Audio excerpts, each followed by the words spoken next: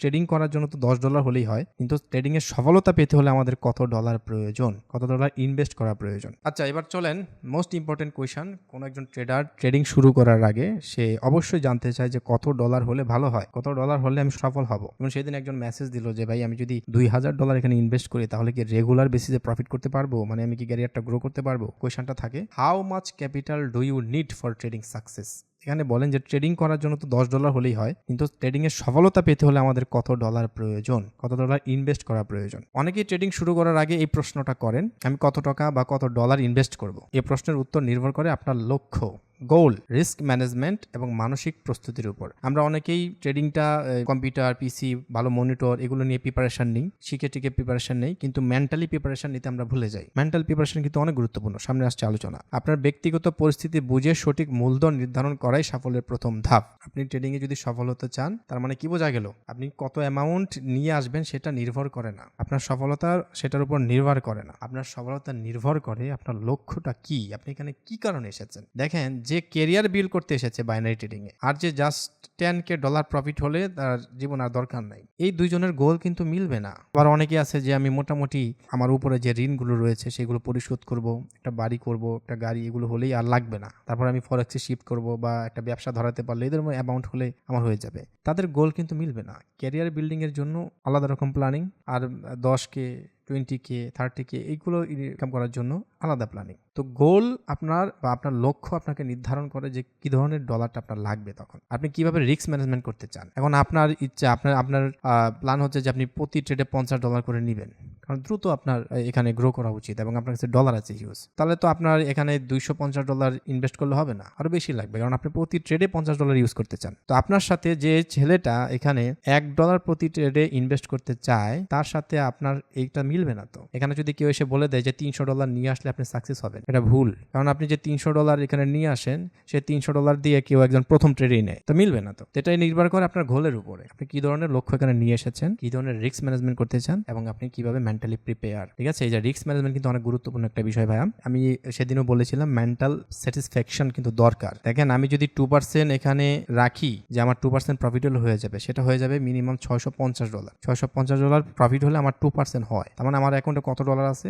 অ্যাকাউন্টে আমার ডলার কম থাকি, কিন্তু আমার ব্যাক এন্ডে ডলার রাখি আমি, যেটা ইনভেস্ট করবো ওটা লস হয়ে গেলে, ওটা লস হয় না আলহামদুলিল্লাহ। কিন্তু আপনি যদি 2% রাখেন, আপনার 2% হবে হয়তো বা $2, কিন্তু $50 ইনভেস্ট করলে আপনার 2% হবে কত, $50 $1 মতো হবে 2%। তো এই 2%, এই $2 $1, আপনারও 2% আবার আমারও 2%, দুইজনের 2% কিন্তু মিলবে না। তো আপনি 2%-এ প্রফিট টার্গেট রাখবেন, এমন একটা অ্যামাউন্ট আপনার থাকতে হবে যেটা হলে আপনি খুশি, মানসিক দিক থেকে খুশি, আপনার পরবর্তীতে এসে মার্কেটে ঢোকাঢুকি করা দরকার লাগবে না। ওই দিন আপনার আর খোঁজাখুঁজি করতে কোনো প্রয়োজন হবে না যে আমি আরেকটু ডলার ইনকাম করি না। আমার 2% যদি মিনিমাম ধরেন $8, ভালো একটা অ্যামাউন্ট, $8 যদি হয় বাংলাদেশে প্রায় 1000 টাকার উপরে, তো 1000 টাকা একদিন ইনকাম করলে ভালো। যদি আমি $200 এখানে ইনভেস্ট করি, অনেক ভালো, অনেক ভালো রেজাল্ট। ঠিক আছে, সো আমাদের ভুলটা হয় কি, 2% আমরা সবাই তুলতে পারি, কিন্তু যে 2% আমরা তুলি এটা দিয়ে আমাদের শান্তি লাগে না, ভালো লাগে না। ধরো আরেকজনে বড় বড় অ্যামাউন্ট মেরা লিডার বোর্ডে চলে গেছে, আর আমি তো 2% মাত্র $2 $3, ভালো লাগে না। তো এমন একটা অ্যামাউন্ট রাখা উচিত যেটা আপনাকে মেন্টালি পিস দেবে এবং বিবেচনা করে রাখতে হবে। আপনি অ্যাফোর্ড করতে পারেন এমন অ্যামাউন্ট রাখবেন না আবার। ঠিক আছে,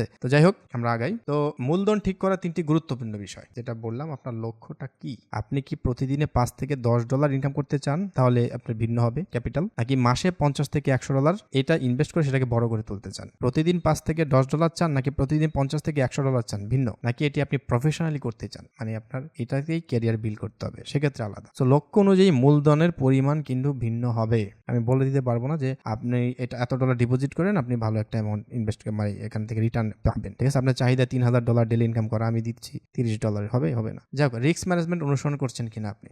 ঠিক আছে, দেখেন ট্রেডিং এর একটা বাস্তব কথা এখানে লেখা আছে। ট্রেডিং এ প্রফিট করার চেয়ে বড় কথা হচ্ছে আপনি সার্ভাইভ করতেছেন কিনা, আপনি আপনার ক্যাপিটালটা প্রোটেক্ট করতে পারতেছেন কিনা। $100 ডিপোজিট করতেছেন, একদিন 2 দিনের মধ্যে মার্কেটকে দিয়ে আসতেছেন, ব্যাড বাই ব্যাড, খারাপ, এটা খুবই খারাপ। $100 ডিপোজিট করছেন, আপনি মার্কেটকে দিচ্ছেন, মিনিমাম 30 দিনে এই ডলারটা আপনার লস হয়েছে, গুড, আপনি মার্কেটকে একটা টেক্কা দিতে পারতেছেন, আপনি লার্ন করতে পারতেছেন। 1-2 ট্রেডের মধ্যে আপনার $100 নাই, আপনি ফকির।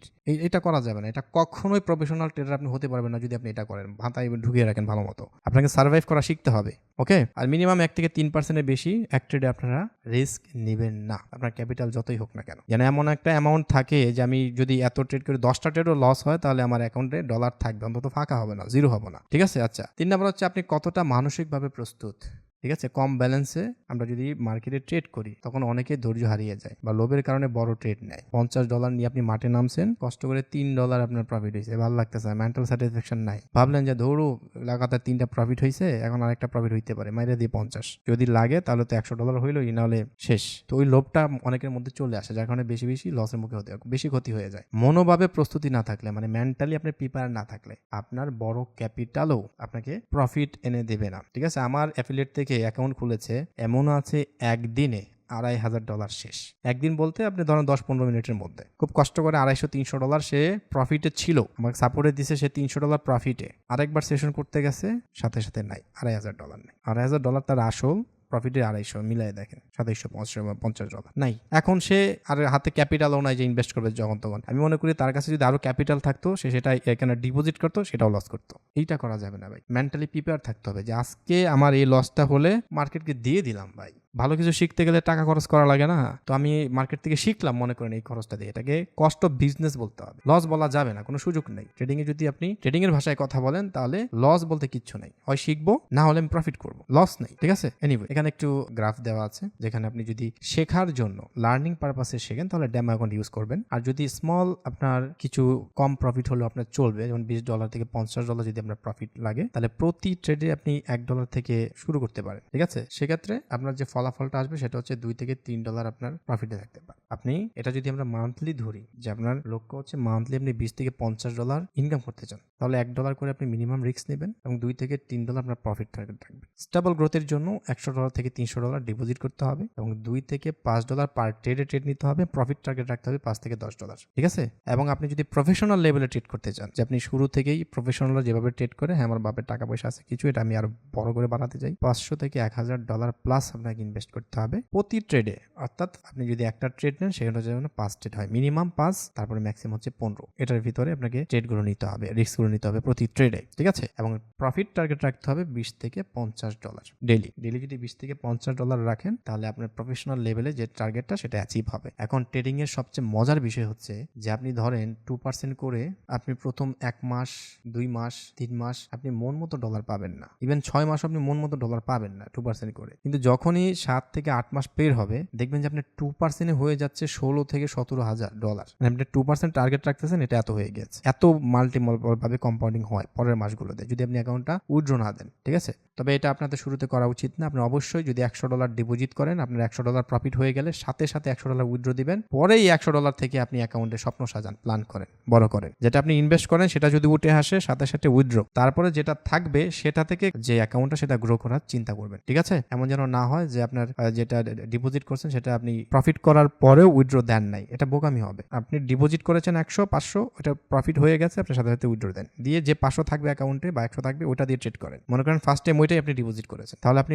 ফ্রেশলি একটা মাইন্ড নিয়ে এখানে ট্রেড করতে পারবেন। বুঝতে পেরেছেন ভাই? আচ্ছা, এবার কিছু সতর্কতার বিষয় এখানে দেওয়া আছে। যত টাকা আপনি হারালে জীবন থেমে যাবে সেই টাকা ট্রেডে ইনভেস্ট করবেন না। যেটা একদম বেসিক নিড, আমাদের যেটা বেসিক নিড, অনেকে ভুল করে ভাই, অনেকে ভুল করে যে বেসিক নিড থেকে টাকা নিয়ে আসে, ঘর ভাড়ার টাকা, পড়াশোনা প্রাইভেট খরচের টাকা, ঠিক আছে, তারপরে বাজার করার টাকা, একজনকে আমার ঋণ দিতে হবে, সে ঋণের টাকা, যেগুলো বেসিক নিড, যেগুলো ছাড়া আমাদের খুবই কষ্ট হবে, সেই টাকায় সেখানে ইনভেস্ট করবেন না, কখনো ইনভেস্ট করবেন না। সেই পরিমাণ মূলধন আপনি বিনিয়োগ করুন যা হারানোর সামর্থ্য আপনার আছে এবং যা আপনার দৈনন্দিন জীবনযাত্রাকে প্রভাবিত করবে না। আপনি এমন একটা অ্যামাউন্ট, আপনারা তো এখন শিখতেছেন, বেস্ট হবে যদি এই শেখার যে কয়টা দিন আপনি সময় পাবেন, 1 মাস 2 মাস, এই পিরিয়ড অফ টাইমের ভিতরে আপনি একটা অ্যামাউন্ট জমাতে থাকুন, যে কোর্স শেষে আমি অ্যামাউন্টটা আমি ডিপোজিট করব। এমন একটা অ্যামাউন্ট হতে হবে যেটার প্রতি আমার কোনো নাই, বেসিক নিড নির্ভর করে না। আমি $100 ডিপোজিট করলাম, এখন অন্য জায়গায় $100 গ্যাপ পড়ে গেল, এমন যেন না হয়। $100 ডিপোজিট করছি, হ্যাঁ এটা হয়তো বা আমি একটা নতুন ঘড়ি কিনতাম, 2 জোড়া জুতা কিনতাম,